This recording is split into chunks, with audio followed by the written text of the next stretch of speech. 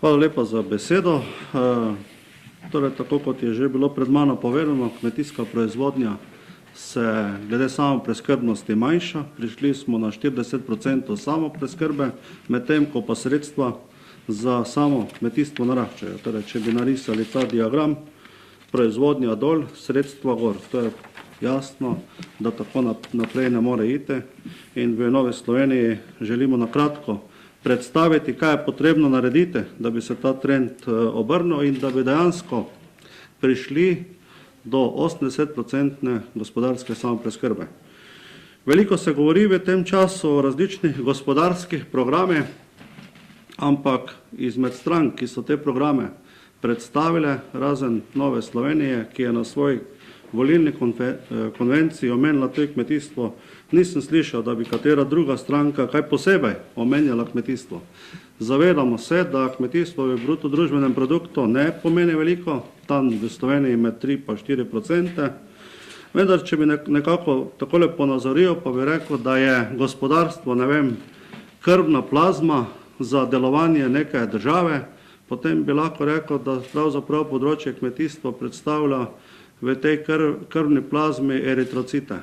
Vemo vsi, da eritrociti prinašajo kisik celicam, bi rekel, neke vrste tovarnam v organizmu in tako je tudi z kmetijstvom. Se pravi, če ne bomo doma pridelali dovolj hrane za naše ljudi na vseh področjih, potem se seveda ob tej svetovni kriza, nesreča, politični situacija, kaj hitro lahko zgodi, da bi tudi v Sloveniji se srečevali z velikimi težavami glede preskrbe z kvalitetno in pa zadostno količino hrane.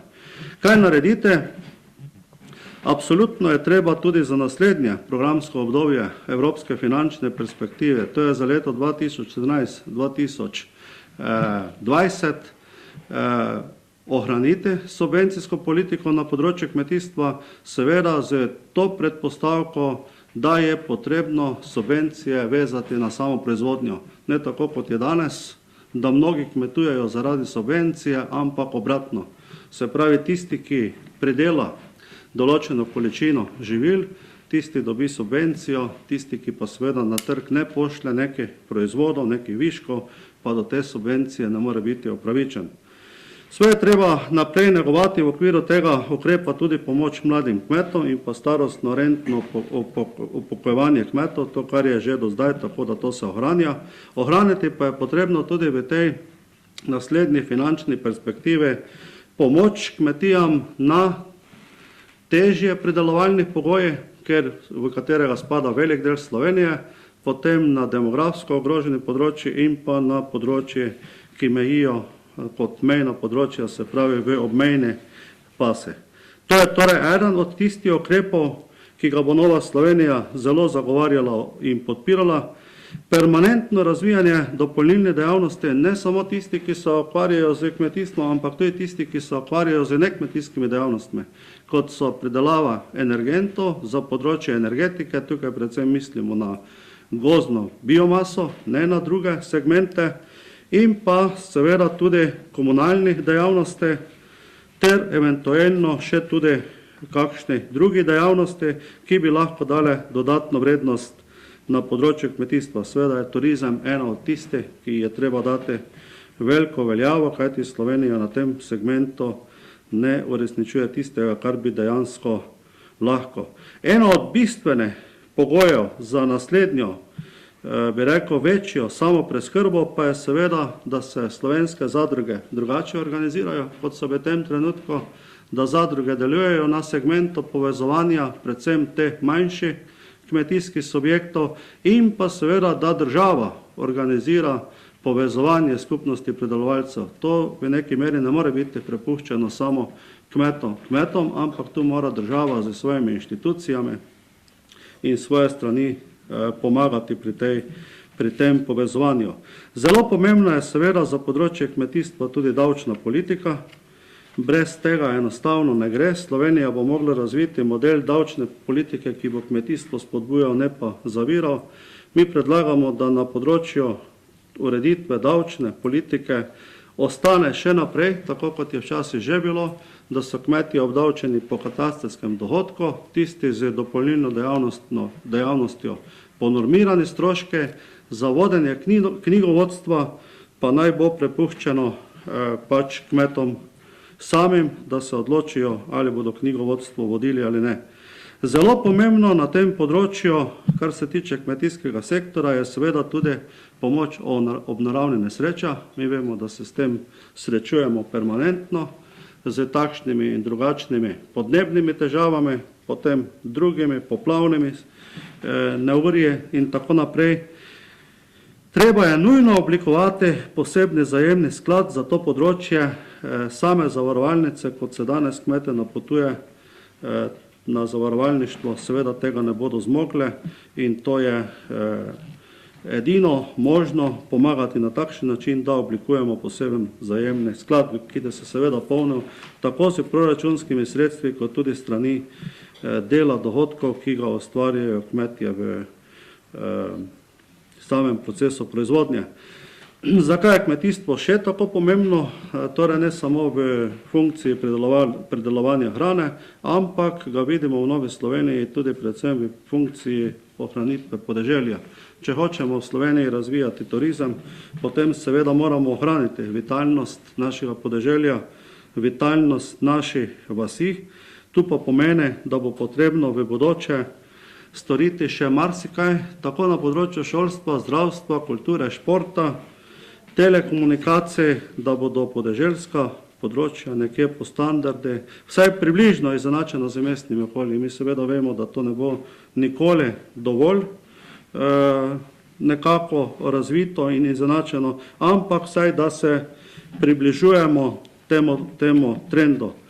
Tisto, kar seveda v Novi Sloveniji že tudi lep čas in tudi sedaj v tem programu opozarjamo, pa je še, da mora biti področje zdravstva in pokojninskega zavarovanja ter socialnega varstva za kmečko populacijo nekje izenačeno z ostalimi kategorijami prebivalstva. Vse v luči tega, da bi kmetje seveda se bolj odločali za kmetovanje. Danes vemo, da te zadeve niso izenačene in da mnoge pravice iz teh naslovov za kmečko prebivalstvo ne veljajo. Konec koncev tudi kmečke pokojnine so izredno nizke in kljub težavam, ki jih imamo v javnih financah, bo potrebno na tem segmentu te kmečke pokojnine postopno nekoliko zvišati, kajti z 230 evri kmečke pokojnine se enostavno ne da preživeti. Z temi pokojninami tudi ostareli kmetje ne morejo si kaj dosti privoščiti, tudi nekakšnega domskega varstva in pa podobno.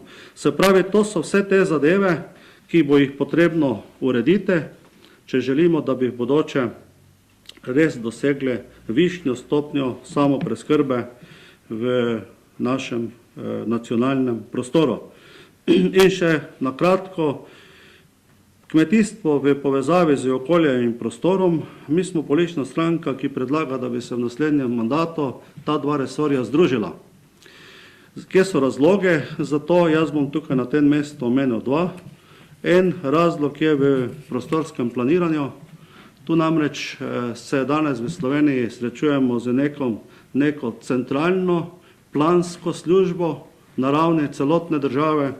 V Novi Sloveniji smo prepričani, da to ni dobro, kajti pokrajine so v Sloveniji različne, zato bi bilo potrebno predvsem prostorsko planiranje v večji meri prepustiti občinam, da pa bi občine to lažje regulirale, sprejemale, pa je absolutno treba, da imajo opravka samo z enim ministrstvom, ne pa tako, kot je danes z dvema odločilnima ministrstvoma na tem področju, ki velikokrat odločata v koliziji interesov in potem, kot je znano v Sloveniji, občine po 5, 6, 7 let ne morejo priti do občinskih prostorskih planov, občinskih prostorskih načrtov, razen seveda, če to ni Ljubljana. Ljubljana je dobila svoj prostorski plan, medtem ko večina ostalih slovenskih občin v tem trenutku teh prostorskih planov nima. In še eno področje, ki ga vidimo v Novi Sloveniji kot tisto, ki je seveda izredno perspektivno in je v funkciji, bi rekel, tako Ministrstvo za kmetijstvo kot okolja, to je področje gozdnatosti naše države. Slovenija je v tem trenutku že preko 60% pokrita z gozdovi, kljub temu pa na področju obnovljivih virov energije, za katere bi lahko v marsičem služila lesna biomasa, in pa predvsem v lesno-predelovalni industriji ne dosegamo praktično nobenih vidnejših doprinosov k državnemu proračunu, tako da je potrebno na tem področju narediti temeljite spremembe, lesarsko industrijo povezati in preprečiti z tem, kar imamo danes, da izvažamo tisoče, 100 tisoče kubikov okroglega lesa, ko pa bi ga vendarle lahko v Sloveniji temeljite predelali in dosegli višjo dodano vrednost.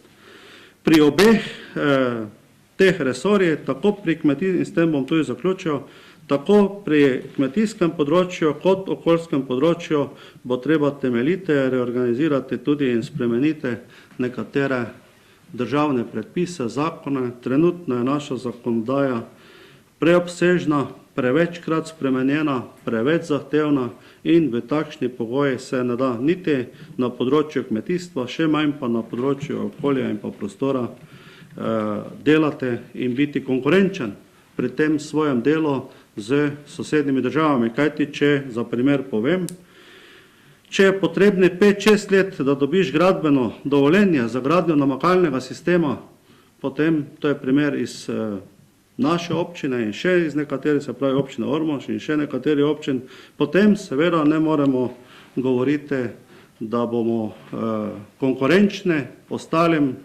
kmetom v državah, kot so Avstrija, Italija, tudi na Hrvaškem, ali pa če hočete v Srbiji je temeljite drugače. Povedali so mi, da takšne zadeve danes v Srbiji uredijo v 2-3 mesecih. Mi pa kot nekdanja Jugoslovanska republika resnično čakamo 5-6 let, da dobimo gradbeno dovoljenje. Postopki so prekomplicirani, preveč je soglasodajalcev in pa podobno. Torej, v tej smeri bi lahko kot predsednik odbora za kmetijstvo še opozoril na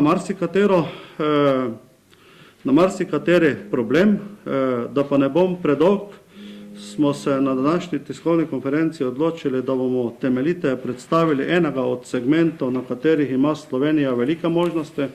Poleg živinoreje, ki je neka osnovna dejavnost v večjem delu Slovenije, predvsem vidimo to priložnost na področju vrtnarstva in tukaj z nami je dr. Marinka Oswald, ki bo nekoliko temeljite to področje predstavila v povezavi, se pravi na eni strani pridelava, potem povezovanje kmetijskih subjektov na področju vrtnarstva in pa potem tudi prodaja, se pravi tržišče in dostop do tistih, ki bi te produkte lahko na domačem trgu kupovali, ne pa da jih danes na veliko uvažamo in so seveda tudi v marsičem nekvalitetni.